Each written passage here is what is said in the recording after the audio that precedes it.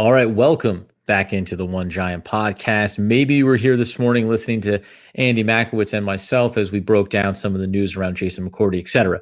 But I'm here specifically to do another mock draft opportunity.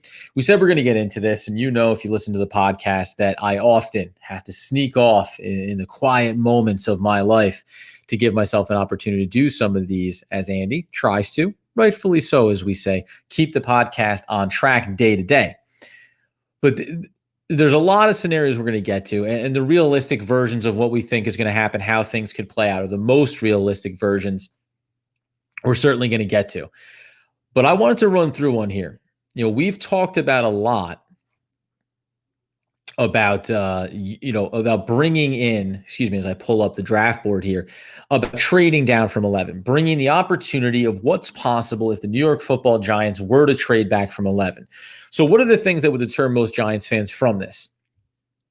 Obviously, if Waddle was there, you're less inclined, and we'll go full screen on this as we get it kicked off. If Waddle's there for you, you're far less likely, I would say, if you're the New York Football Giants, and most Giants fans, you'd say, oh, it's such a good value. Now, we talked about it on the podcast this morning, saying, me personally, I would love the idea of Waddle being there because of the tremendous value that he would offer to a team that wants to come up and get him. But that being the case, as we kick this thing off, there's something very specific that I really started to get excited about the idea of. So here we go. We run through that first top of the board there. We see Jalen Waddle has repeatedly gone to the Detroit Lions in a lot of these mocks, and I think that makes sense. You talk about Trey Lance going to Carolina, and we just think about where did Smith end up going? Maybe that's a bit of a surprise there, but you see Jamar Chase actually goes to Atlanta, and then Smith fifth there. Sewell ends up with Miami, which is great for them. But all those things being aside, now here we are. We're at the 11th overall pick. Let's talk about those trade down scenarios. Let's think about what teams are offering us here. And what I ended up coming back to, we've talked about 15, New England, maybe they want a quarterback, but we've seen Trey Lance has already gone there potentially. You think about the Arizona Cardinals, maybe they want to come up for a Surtain if he's available on the clock, et cetera. But let's just move down the list to a team, something in this range, 21, 22, something around there. Tennessee Titans maybe want to come up for a player. Certainly that's going to be an option for them, you would think. The Chicago Bears may want to get into the picture for something as well. Let's say, I'm even going to go deeper here. Let's go deeper down to the Pittsburgh Steelers, defensive-minded team. Parsons on the board. Maybe he's a guy that really excites them. Maybe offensive line. Rashawn Slater is on the board at this point, and I'm still making that choice to trade back. 24th, 55th, 87th pick as well is what we're going to try to get back in return. Now, there's some world where maybe, you get something extra in a future pick, a future draft, et cetera. That's all well and good. We can consider the idea that could be on the table. But for the most part right now, all I want to accomplish is getting, solid value and specifically giving you an example of a big trade down, so where you significantly move down the board and then still try to address your areas of need and bring in a collection of very talented and high talent players, by the way, because you'll see how we're going to try to accomplish this here. So we throw the trade out, Pittsburgh Steelers jump at it. And I think, that's a 13 position jump. So they're going to get a quality player there. And we can even just see who do they end up taking. And you just saw it flash there very quickly. That's going to be one Rashawn Slater. Okay. So you go ahead and you sacrifice Rashawn Slater. And you bring yourself up now in a position here where, as we wonder, right? Now, you see Vera Tucker goes 22 at the Tennessee Titans, and maybe there's a world where you trade back with them to let them come get Slater, and you allow yourself that opportunity to still get Vera Tucker here if you want. But I'm not even worried about that. I'm looking over here at the board, and I'm thinking about, again, offensive line edge rusher. And don't worry, having talent at the wide receiver position is still going to be a goal of this mock draft. But I start to look at the value selection of players that you have here. There's some offensive linemen. There's obviously still Terrence Marshall Jr. still on the board. But I really like Jason Oweh. I think that there's value here at this selection for the Giants. And you're talking about a guy that has all the physical tools. You saw how he really improved. It took a big leap forward as a run defender this past season. And again, Think about this in the total collection of talent that we're going to achieve in this draft. Before we make this move, though, we have the 42nd, the 55th, the 76th, the 87th. So what we want to try to do here now, though, is get back up the board a little bit to make sure that we're in a position to secure one of the better offensive linemen in this draft class as well. And why it becomes so interesting is you're thinking about who on this board do you really see as being a high quality talent? Now, if we go ahead and isolate offensive tackle and interior offensive lineman, right? You got guys like Walker Little, and if you drop it down, hasn't played since 2018. Worry about injuries there. You talk about a guy like Tevin Jenkins out of Oklahoma State. Again, you like the player that he is. You just wonder if he has the quality to play at a position that you would need him for, right? So just on the basic summary to give you here, full-grown man, fantastic. Right side for the Cowboys. Didn't give up a lot of pass blocking pressures either. So he's a quality player. I could be comfortable taking him, by the way. Another guy, though, that I want to scroll down and just highlight here, and I don't know if I mentioned him this morning on the podcast, and you get a ways before you get to him, so I understand, right? 144th ranked on the board, but look at the average draft position, 71st, 72nd, and that's Jalen Mayfield out of Michigan. This is a solid player. You see that 2020 Pro Football Focus grade of a 76, tackle at Michigan, but likely can't kick inside. The only thing you don't like about that is that he's not necessarily slated for an opportunity to be playing at guard at the college level. So even though you may think he projects to go inside, you probably have some reservations around the idea of just knowing for a fact that, yes, this is a player that's going to be able to kick inside and do it successfully and at a high level for us. But if we think about the trade opportunities that we could have out there, you start to talk about getting back into a good position here, whoever we're going to end up taking. Buffalo Bills might be a candidate depending on what they're looking for. If the wide receivers had already come off the board, maybe the Green Bay Packers would be another opportunity there as well. So if we say we want to get back, though, one of these two spots, and then you even think about the Super Bowl championship team in the Tampa Bay Buccaneers or the runner-up in the Kansas City Chiefs, guys that, are maybe going to look at it a little more circumstantially. If the key target that they want to get is not available and they're not going to trade up themselves, then trading back a little bit and making sure you're replenishing. Remember, teams that are spending big dollars right now are going to need young talent on cheap contracts, so that can always be an option too. But let's think about if we wanted to get up to, say, the 29th pick with the Green Bay Packers. I'm going to be willing to give up my 42nd pick. I'm going to be willing to give up that 87th pick that I acquired from the Pittsburgh Steelers in our trade down scenario. And now you just start to think about, could I get a little something back in return? You want to throw me a 5th rounder next year just to balance the books out here a little bit.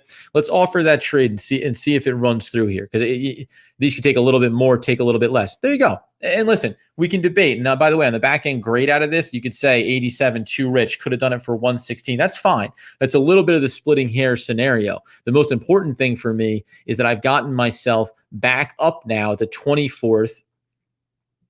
And then also, I got to make sure that I actually had that selected correctly. So this could be, we could have a bit of a, let's go ahead and hop back in here. This is the beauty of live. So I'm gonna have to go ahead and force this one because I didn't have this selected there when I did it live. The good news is that when you look at these layouts and these mock rolls, I've done them for 42nd and 87 and gotten up to that board spot. I've done it for a little bit less, a little bit more. Let's go ahead and throw them back their 5th round pick just to make sure that we stay balanced here and get this trade to go through. So the ultimate accomplishment here was giving the 42nd and the 87th to get ourselves back into the 29th position. We still have 55 coming in from the trade down with the Pittsburgh Steelers. We have our own 76th as well waiting in the wings. I want to pull up one quick line here before we move forward in the mock. And I don't know for sure that a player like Tevin Jenkins would be available at the 29th selection there. So before we make our commitment here, let's just get that.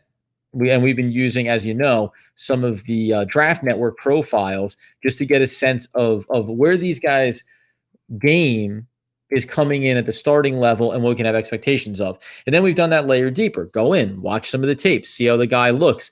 And one of the teams that I think Anthony and I maybe talked about recently was Notre Dame. We mentioned Etchenberg this morning.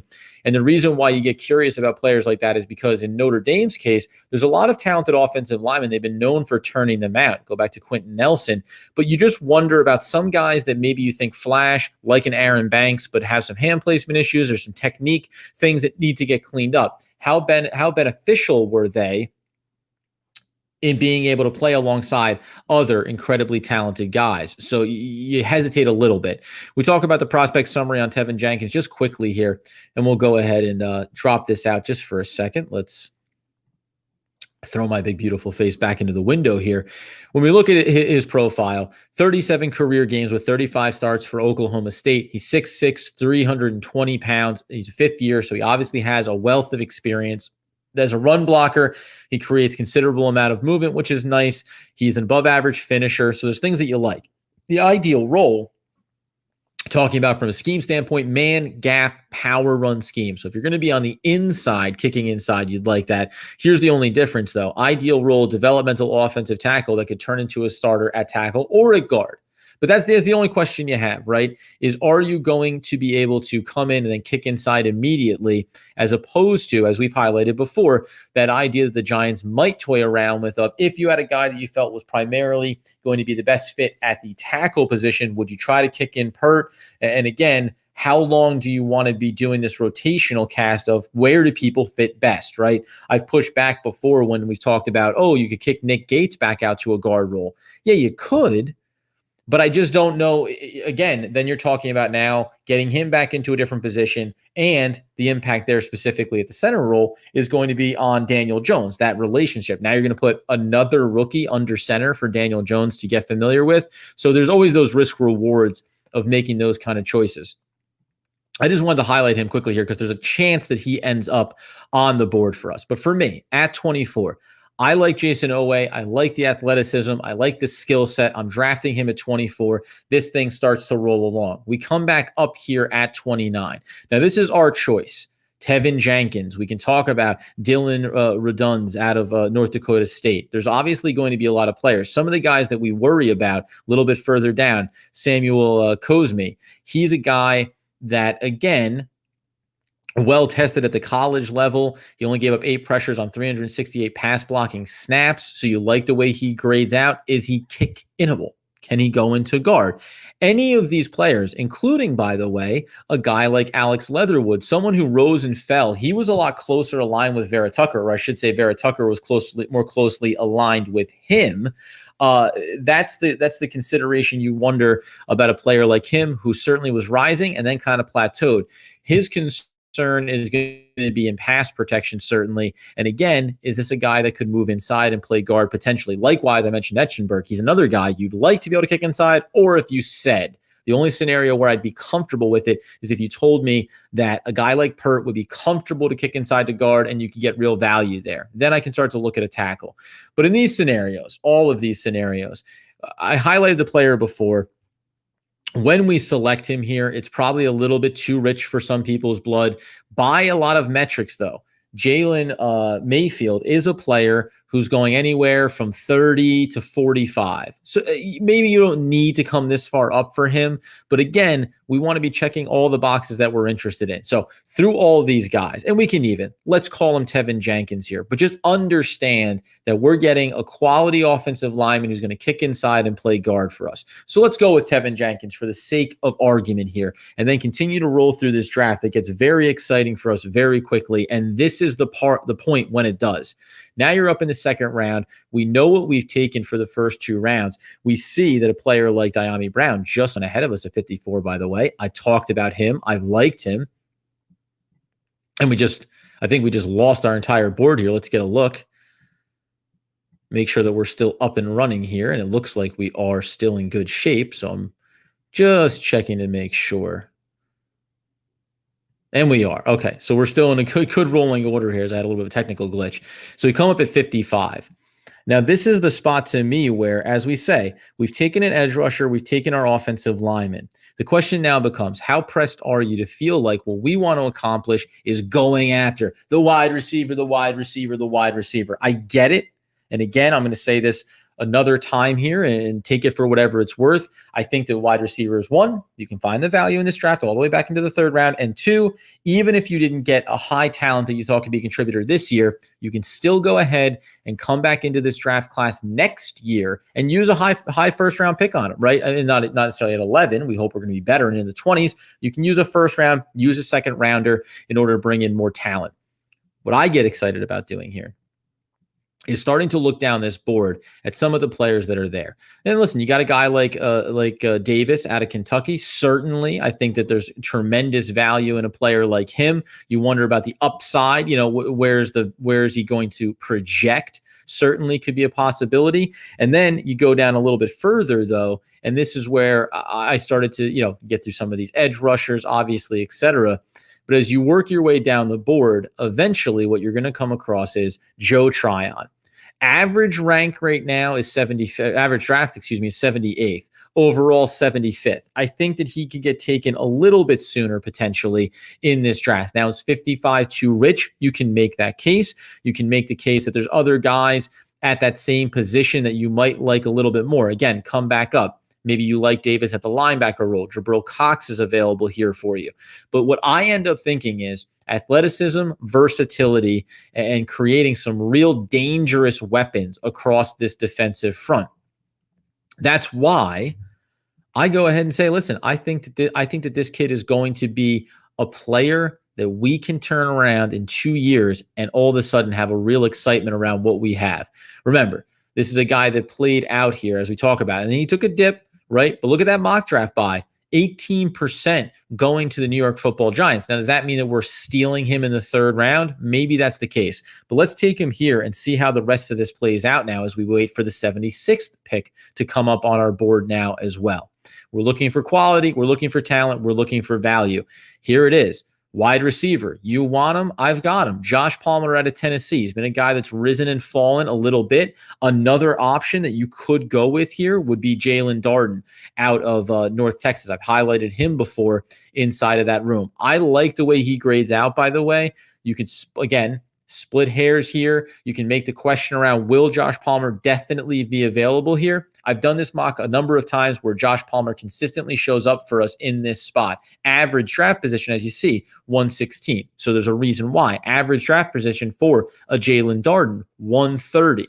Now, I happen to be inclined to go with the quick, twitchy wide receiver in Jalen Darden. That's my inclination here. And by the way, the rank overall difference of being 79 versus 71, not so far apart there. And by the way, when we come all the way back up here and see that Davis is still available, the reason why I didn't take him at 55 even is he continues to rise. I think this is a guy that you're going to see play, teams sniffing around a lot sooner in the draft, certainly. And that's why, even though the average draft of 100, rank of 41, surging. The question I think people have around him is just, are you getting the best value at him? How long is it taking to develop? And did you get enough of a sample size at the college level to feel comfortable to take him early in the draft? So we're somewhat assuming that he's off the board. You tell me what you like better, what you like worse around a guy like Josh Palmer versus a Darden. Bottom line is, quality players available here. Let's call it Josh Palmer and move ourselves on the board once again. Down we go. We're going to be coming up at 116 here. You're going to hear a familiar face, a familiar name for us. I'm going to pull up the running back group because I want to go get this guy. Again, the other nice thing, when you look back at what we've done so far here, getting Tryon and Oweh, you've already added tremendous value into the defensive side of the ball. Now, you could make a case around saying, is there a guy maybe on the offensive line you want to add more depth there? You've already added a wide receiver. Some people say tight end. I shy away from that in the fourth round, certainly. I just think adding a player that has versatility and is a weapon can come in and be the backup to Saquon Barkley, obviously along with Booker there, but veteran experience to help groom this young player up. That's Jared Patterson. I've mentioned it before, out of Buffalo. I'm not going to overstate the case for him. Going to continue to run through this. And now we have a ways to go before we get ourselves back up on the board. And the reason why this becomes so intriguing to me, so exciting to me, is that when you start to look through and see what we did, okay, so one big trade back and you go, boy, what did we win or lose out on here at this point? You still got a quality player in Oweh. And I think you're getting closer to where the real value is. The Quiddy pay is closer to 20 than he is to 10 in the draft. Owe is in that 20s range. So you're getting something commiserate with value. You came back up to make sure you got an offensive lineman that you were going to be excited about and be able to put into a position to have success and finish the offensive line. You look down that list there, again, the double up with Tryon is now you're making the defense a focal point here when you come into the season. And these are guys that are going to have versatility, athleticism, put them out on the edges. Maybe, think about this a little bit, friends. Lorenzo Carter kicking inside to play alongside Blake Martinez. And then you start to think about having weapons on these edges getting after the quarterback. Again, then you talk about the offense. You bring in more weapons. You bring in more depth. So we like what we've done so far. Now back up on the board here at 196. This is a simple move, but I think one that is worth doing. And you can go a lot of different ways with it. There's trade offers that come in here. It's, again, Chargers right up there on the board. Any of these teams want to come up to get one of their guys, right? And I go ahead and say, okay, so we're taking a look here, and the Chargers want to come up from 198. We'll go ahead and take 198. We'll give you 196. And listen, why don't you go ahead and throw me a 5th rounder in next year's draft class? They love it. They go ahead. They get their man. I come back up here now, and I get to make my choice about what I like. Let's continue to stay on building for the short and long term, specifically on the offensive side of the ball. By the way, a guy you may like, an Austin Watkins, he seems to have, quote, fallen a little bit in some of these mocks. Maybe he's a player that you take a look at here in this selection. But for me, I keep coming back to my boy, John Bates, checking a big box here for the New York Football Giants, a guy that can block on the line, is athletic enough to get out there in the passing game as well. And you can think about maybe developing him in the vein of a Kyle Rudolph and building for the long-term future that may not involve an Evan Ingram as well. So we go ahead and we check that box there, come up again at 201. Again, let's play it smart here. Somebody has the targeted pick in their mind, a player like Tunga out of BYU. Maybe somebody wants to come after a Drew Dahlman, someone who I've taken in mock scenarios here as well to help supplement what we have. Maybe somebody likes an edge rusher like Chauncey Golston. So let's let that trade board talk to us once again. The first team there is the Houston Texans. Okay, you want to give me 203? I'll give you 201. You know what? Why don't you throw me that 5th round pick in next year's draft once again? They've rejected. My Lord. We try to switch it up here for one of their other 5th round picks. And let me do a double check here to see what I've consistently gotten from them. And by the way, I can even say, let's move down a little bit if we want to accomplish getting that 5th rounder out of this scenario for them. And, throw me that 5th round pick here with so look, we're running into a bit of a roadblock here, trying to get this deal to happen. We'll try it one more time. Oof. Maybe it ends up being let's say we ends up being a 7th here, and that gets the job done. So it only ends up being a 7th rounder, and that's okay, because really what the point that I wanted to make here was that the Giants end up, and we actually did this in this year's draft, so that normally it's in a future draft pick. So that's where you could have gotten 5th round value for that player. For that pick, rather, is by trading into next year's draft class. So that's why it got held up there. Normally, you're able to get a 5th rounder in next year's draft class, multiple 5ths. Instead, we get a really late round pick here. So now we come up again, and the opportunity is to look and find a guy that we like. I keep coming back to. By the way, Dahlman is there. I think he's a pretty good selection opportunity. Again, interior lineman. But I've consistently come back to a player like Robert Jones. You see the draft ranking. You see where he's projected to go. But I just think this is a great developmental swing tackle prospect, can kick inside to guard potentially and be your backup there along the interior. So I'm going to go ahead and grab at him, let the draft run the rest of the way out. And here's why I wanted to get to this place, though, is after it's all said and done and we pull up our draft recap here. Here we go. So, you tell me, is this something that would excite you? You come up here, and I'll get my big, beautiful face into the screen here on the side for a moment. Look at it.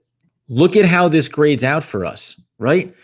You're talking about, and we understand what happens here, right? This is not accurate to what we had to do to go up and get him. Remember, in this scenario, 24, 55, 87 to move down from 11 with the Pittsburgh Steelers. At 24, we took Jason Oweh. We packaged up the 5th round selection in the draft. We also gave them our 42nd overall and the 87th. So we took our own 2nd round pick, combined the pick provided to us by that trade down from the Pittsburgh Steelers, and we're able to get to 29, where we took Oklahoma State Tevin Jenkins. We'll sort out the details at the end of the day. We've brought in a quality player for ourselves here. You move down that list to 55 from that trade down, Joe Tryon. Now we've got multiple athletic, dynamic guys that can contribute in both the pass rushing and run defense on our defensive side of the ball. We come up at our regular 76 selection. It's Josh Palmer, gets graded out tremendously well for the value there. Again, at 116, it's Jarrett Patterson. At 198, after a little trade down, grabbed ourselves an extra pick. Fantastic. That allows us to get Bates as well as value with the Chargers. We do it again with the Colts. And then we ultimately come away with, as we see here, Robert Jones as well. And here's that other one. So again, you see how it gets graded as an F. Combine everything that we did here, right? And the error made 42, 87, and what ended up being their 5th round pick back.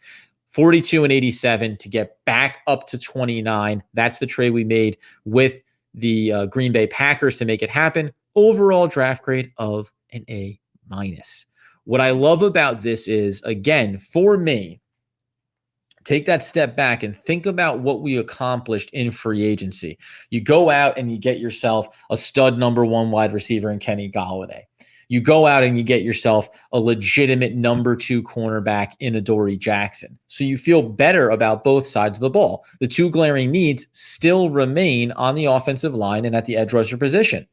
So we go ahead and address those. And in the first 55 selections of the draft, not only do we get a talented, dynamic player out of Penn State and Jason Oweh, we also bookend it with Joe Tryon, a guy that maybe needs a little bit of time to develop, but all of a sudden, think about in year 2 and year 3, is Oshane Ximines coming back on a 2nd contract? Is Lorenzo Carter, right? And could Lorenzo Carter kick inside and become a little bit more athletic version of a Blake Martinez so that down the road, he can be the anchor in the center of your defense as well? And now you got these 2 dynamic guys out there on the edge. So this is the short-term, long-term view that you take with it. But dynamic weapons with an improved secondary, yeah, we're going to be a more dangerous defense this season, even in spite of losing Dalvin Tomlinson out of the middle of this defensive unit. You go deeper, and now you say you want talent, you want weapons, you want guys that, listen, this year can be contributors, and next year and the year after can be big, important pieces to what we do offensively. That's Josh Palmer in the 3rd. That's Jarrett Patterson in the 4th. And then I even give you the extra bonus of John Bates late in this draft just to say, hey, don't forget, we can still get guys that can groom into. So even if you want to live with Evan Ingram, and again, hopefully has a big year, but I don't think it's going to be big contract for Evan Ingram, even if he has the big year. So we still got to plan ahead for that. Bates is a guy that I think, falls more into that vein of a Kevin Boss, right? Guys that are athletic enough to do things in the passing game and strong enough to be contributors in the pass and run blocking game. And I think even though this is a spread it out kind of NFL league, as long as you have dynamic weapons and playmakers like Saquon Barkley, like Golladay, like Slayton, like Shepard, like potentially a Patterson in this year's draft class, right? If you have those multitude of weapons, then it's okay to get a little traditional across the line and get a little traditional with your tight end selections. And by the way, he still is in Bates good enough and talented enough and athletic enough to be a contributor in the passing game as well. Listen, I know that when you come up in these drafts and you think about the Giants, you talk about wanting to be competitive this year, right now. On paper, as it stands right now, they're ready to compete with a reasonable draft class for the division in the upcoming season. It's also about how are you going to build to be competitive this year and next year and 2 years from now and 4 years from now. Remember, when you talk about Adoree Jackson, it's a 3-year contract. Remember, as it is the same, a 3-year deal for Kenny Golladay. Adoree Jackson back on a 2nd contract? Possible. Kenny Golladay, I think far less likely given what age he'll be at 30, going to be 31 when this contract runs out. Also have to think about the fact that you're going to have Bradbury possibly exiting after a 1-year contract with where his age is going to fall. So you're going to see these players and these big numbers moving out, but how are you supplementing behind them? It's always going to be free agency. But as we said, you build through the draft, you have your base, and then you drop in the couple of free agent additions that are going to push your team over the top. And these collection of players, in 2 years' time, you could be talking about, again, one last time, let's look at it on the big board, right? You're going to be talking about a starter in Tevin Jenkins. You're going to be talking about starters in Tryon, starters in Oweh. Josh Palmer can be a starter out of the slot for you 2 years from now. Patterson, he can be a key cog that allows you and affords you the ability to be more selective and more protective of Saquon Barkley. He's a guy that can do both things, running and receiving out of the backfield, and then you get into Bates. Listen, this is not, when we come back next week and talk about what we think is most likely for the New York Football Giants, this isn't it. But it illustrates an opportunity I think that they do have and need to consider. How much can we get back in return for this selection at 11? And even if it means, if it's Micah Parsons, I'm okay getting away from him. The Rashawn Slater piece would be the tricky one, right? Can you still get a guy there? And there's, by the way, as we highlighted when we did this mock draft, remember at the top of that draft, and let's just do this real quick here. Remember that when we made that trade down, look right in here to the Tennessee Titans, right? Now they took Vera Tucker. So there is that world where Pittsburgh Steelers came up for Rashawn Slater. We could trade back right into that 22nd spot and potentially see Vera Tucker fall for us there. And maybe that's the best case dream within a dream scenario, to get Vera Tucker at 22 and then to double down and come back in at, if not, as we said, you're not there at 24 now, maybe come up a little bit higher to give yourself that chance. You see that Azeez Ojulari also fell there as well. So if it's not Oweh at 22 and it's Vera Tucker, you could flip it and still get Ojulari, or maybe still get Oweh at that point. But opportunities are going to be there depending on where those trade downs come. And what you're always looking at for me is teams that think they're ready to win now. We're ready to compete now, but we're not necessarily ready to win a championship now. So teams that think, hey, we're one little piece away, one little tweak. Arizona Cardinals, we talked about at 16 being a real candidate there as well. These are the kind of teams that I think are going to be willing to come up. And unlike years past, when you're in the top 4 and you're drafting a guy like Andrew Thomas, when you're at 2, and we don't have to debate it, but you're at 2 and you're thinking, boy, what about trading down instead of taking Saquon Barkley? At 11, the value boards look different there. The difference between top 7 talent in the NFL draft versus things from 10 to 20 or 10 to 25, that's a lot tighter window. So I think there's a real opportunity for the Giants to get tremendous value there. Hey, I'm going to be back doing more of these because I love to. So we're going to come back in. We're going to look these over. We're going to analyze some of these players. I am going to do tomorrow on the off day. I didn't get to it over the weekend. I am going to come back in. Let's highlight offensive linemen, Jenkins, Mayfield, even Creed Humphreys, a couple other players that we think late first into the second, maybe even into the third. Is there enough value at one of those spots that you could afford to not take a lineman? Because one of the other mocks that I will get to, maybe on Wednesday after our normal podcast, it's going to be, hey, if you want Waddle and you still need to secure edge talent, that's going to be 1-2. So what about if you're there in the third round? How do you create value? How do you get some extra picks maybe? And what if you can't trade down? 11, 42, 76.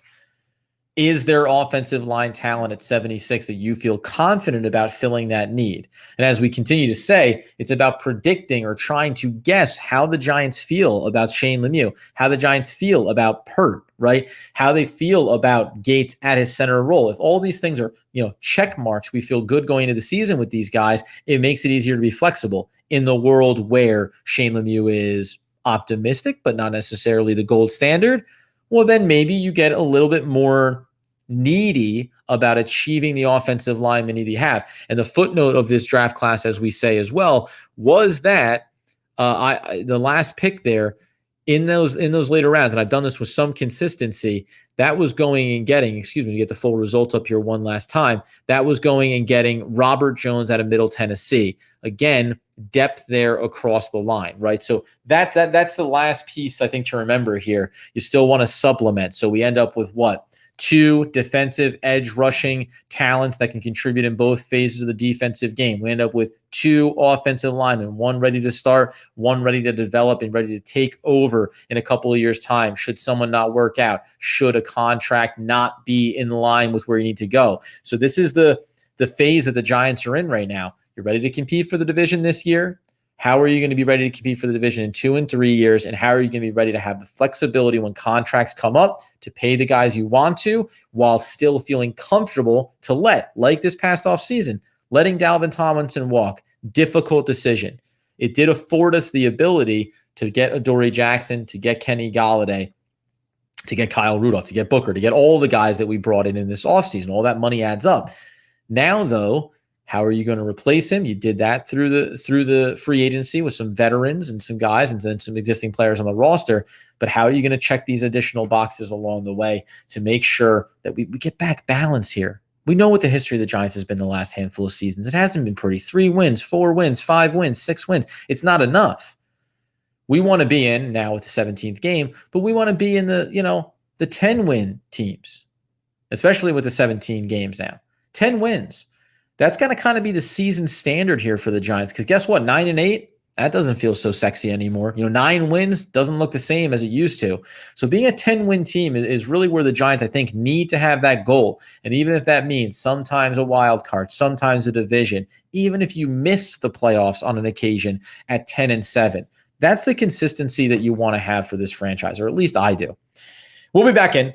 See us on Wednesday. Go listen to the full episode of the podcast that came out this morning. We talk about Jason McCourty. We talk about the offensive line, specifically Andrew Thomas, and some comments from Mel Kiper around him, and then how the Giants want to address things at 11 from a different perspective. Andy's perspective on what the value is, my perspective on what the value is positionally there. Enjoy the podcast. Subscribe to it if you so choose, and subscribe to the channel here if you haven't already and you happen to have stumbled across us. We appreciate the support. We continue to hopefully put out content that you appreciate. Get it on the comments. Tell us, are there players that you want to hear more about over the next week and a half before the draft? If you get into the comments and tell me someone you think, as I believe one of our viewers brought up Creed Humphreys, and we started to scout into him a little bit more and think about where the value is with him, where he would be, throw the name out in the comments. I'll take a deep dive on them and then group them into these position reviews that we're talking about, value in the 2nd, 3rd, 4th, and maybe if with some trade scenarios, a 5th round opportunity as well. As always, I am Adam Marmbrecht for OGP, and as Andy Makowitz would want, need, and demand that hey, let's go Big Blue.